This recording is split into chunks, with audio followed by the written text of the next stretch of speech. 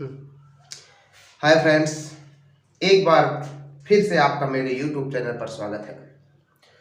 पिछले वीडियो में आपने देखा ट्रांसफॉर्मेशन में इनफ को टू को रिमूव कैसे किया जाता है और टू का यूज कैसे किया जाता है।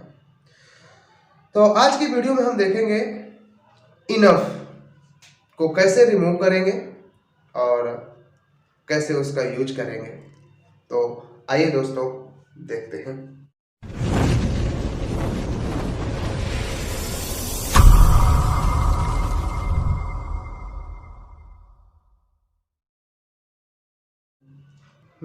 दोस्तों, जैसे टू शब्द था हमारा, एडवर्ब टू था, इसे बताया गया था कि बियॉन्ड द प्रॉपर लिमिट होता है। बियॉन्ड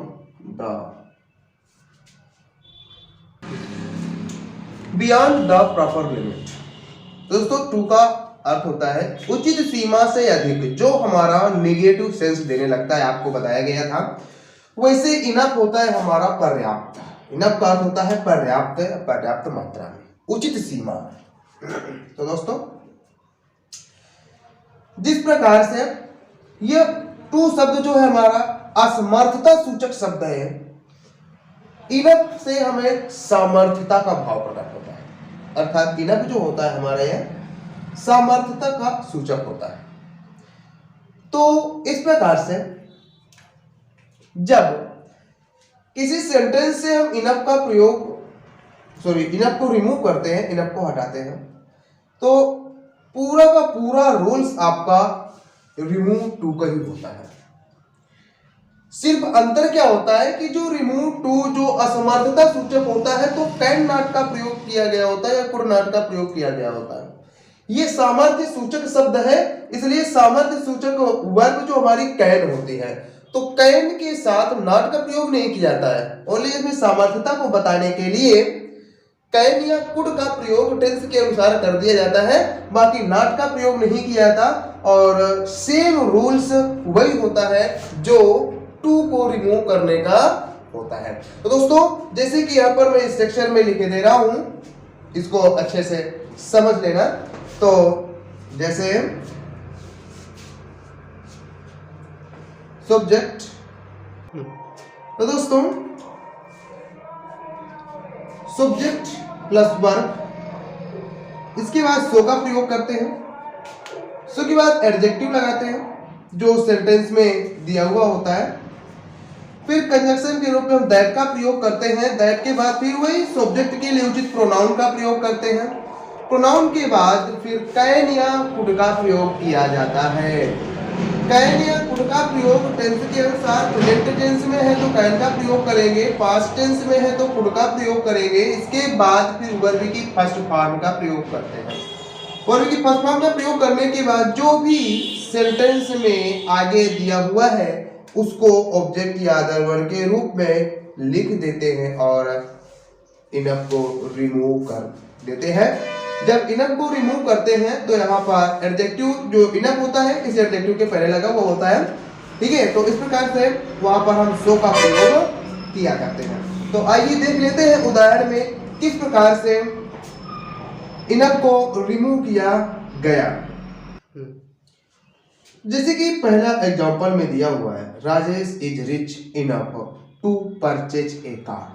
दोस्तों, इसमें और रिमूव टू में थोड़ा सा अंतर ये है कि जो एडवर्ब टू होता है इसका प्रयोग एडजेक्टिव के पहले दिया हुआ होता है, वर्ब के बाद दिया होता है और एडजेक्टिव के पहले, परंतु इनफ का प्रयोग जो है एडजेक्टिव के बाद दिया हुआ होता है। ये दोनों में अंतर है, परंतु जब इसको हम रिमूव करते हैं तब इसमें कोई अंतर नहीं होता, केवल और केवल कैन नॉट या कुड नॉट के स्थान पर कैन या कुड का प्रयोग कर दिया करते हैं। तो किस प्रकार से इसको रिमूव करते हैं हम इस इनफ को, जैसे पूरे स्ट्रक्चर में आपको दिख रहा है। सबसे पहले सब्जेक्ट लिखते हैं। सब्जेक्ट कौन सा होगा, जो सेंटेंस में हमारा दिया हुआ होता है, ये हो जाएगा राजेश। फिर इसके बाद जो वर्ब है, वर्ब क्या है हमारी, ये दी हुई है तो वर्ब लिख दिया हमने यहाँ पर। वर्ब के बाद फिर ये ध्यान देना है क्या लिखा है, सो को हमें लिखना है। फिर एडजेक्टिव, एडजेक्टिव कौन सा है, इस इनफ को तो हटाना है ना, इसको लगाना है। एडजेक्टिव क्या है यहाँ पर, रिच, ठीक है दोस्तों, तो अब इसके पश्चात जैसे कि आप पर लिखा हुआ है क्या, दैट, तो इस इन्फिनेटिव को हमें हटाना है। इन्फिनेटिव को हटाने के बाद दैट का प्रयोग करना है, दैट, फिर प्रोनाउन लगाना है। प्रोनाउन इसी सब्जेक्ट के लिए उचित प्रोनाउन होना चाहिए, तो राजेश के लिए क्या लगाएंगे हम, ही का प्रयोग करेंगे क्योंकि थर्ड पर्सन में है। तो ही का प्रयोग करने के बाद फिर क्या करना है, हमें कैन या कुड का प्रयोग करना है। देखते हैं कौन सा टेंस से प्रेजेंट में है, तो यहाँ पर कैन का प्रयोग करेंगे। कैन का प्रयोग करने के बाद वर्ब की फर्स्ट फॉर्म, वर्ब क्या होना चाहिए आपको, जैसे कि उसमें बताया गया था, जो इन्फिनेटिव है हमारी, तो इन्फिनेटिव करेंगे तो इन्फिनेटिव में जो है वर्ब लगी हुई होती है, इसी वर्ब की फर्स्ट फॉर्म में रखना है, जो फर्स्ट फॉर्म में ही लगी हुई होती है। फिर इसके बाद ऑब्जेक्ट या ऑब्जेक्ट के अदर वर्ड के रूप में जो भी इसके बाद लगा हुआ शब्द होता है वाक्य में, उसे हम आगे लिख दिया करते हैं। तो यहाँ पर जैसे कि पहले का अर्थ क्या है कि Rajesh is rich enough to purchase a car, अर्थात राजेश एक कार को खरीदने में समर्थ है, इतना अमीर है कि वो एक कार खरीद सकता है। वही चीज आपको यहाँ पर बता दी गई कि Rajesh is so rich, Rajesh इतना अमीर है, that he can purchase a car, कि वह एक कार खरीद सकता है। इसी स्वयं दोनों का एक ही भाव है, बस क्या है, तो अंतर शब्दों का, यही तो ट्रांसफॉर्मेशन कहलाता है, जो रूप का अंतर होता है। तो दोस्तों एक एग्जांपल और देख लेते हैं, जाकि आपको अच्छी तरह से समझ में आ जाए। तो देखते हैं यहाँ पर दूसरा उदाहरण। तो दोस्तों जैसे this poem is easy enough for me to understand. दोस्तों जैसे कि पहला एग्जांपल आपको अच्छी तरह से बताया गया, दूसरे एग्जांपल में थोड़ा सा चेंजिंग लाई गई है, जैसे यहाँ पर फॉर मी का प्रयोग किया गया है। तो ट्रांसफॉर्म करते समय, इसको चेंज करते समय सबसे पहले तो चीज वही रखेंगे हम, दिस का प्रयोग किए जो सब्जेक्ट है, सब्जेक्ट के बाद वर्ब का प्रयोग करेंगे, वर्ब के बाद फिर हम सो का प्रयोग करेंगे, जैसे कि यहाँ पर बताया गया। सो के बाद फिर एडजेक्टिव का प्रयोग करेंगे, एडजेक्टिव लगाया, फिर दैट का प्रयोग करेंगे, दैट के बाद फिर यहाँ पर जो कंजक्शन प्रोनाउन का प्रयोग करेंगे। दोस्तों जैसे कि आपको बताया गया था, फॉर के बाद जो भी प्रोनाउन लिखा हुआ है, ठीक है, तो उसी को हम यहाँ पर लिख दिया करते हैं नॉमिनेटिव केस में। इसके पश्चात फिर कैन का प्रयोग करेंगे क्योंकि यह हमारा प्रेजेंट टेंस में ही है। इसके बाद आगे लिखी हुई इन्फिनेटिव को हटाकर वर्ब का प्रयोग करेंगे। फिर दोस्तों सबसे इंपॉर्टेंट बात यह है कि जो यहाँ पर इट का प्रयोग किया गया है, तो अगर इसका कोई ऑब्जेक्ट नहीं होता वर्ब का, ठीक है दोस्तों, अगर इस प्रकार में से वर्ब का कोई ऑब्जेक्ट नहीं है, तो इट का प्रयोग हम अपने आप लगा देंगे, ठीक, जो किसके लिए लगा हुआ है, इस कविता के लिए। ठीक है, मैं क्या समझ सकता हूं, मैं कविता समझ सकता हूं, तो इसके लिए हम इस सब्जेक्ट के लिए लास्ट में जो अलग क्लॉज बन गया है, तो ऑब्जेक्ट के रूप में इट का प्रयोग कर देंगे, जिससे हमारा सेंटेंस का भाव जो होता है वो पूर्ण हो चुका होता है।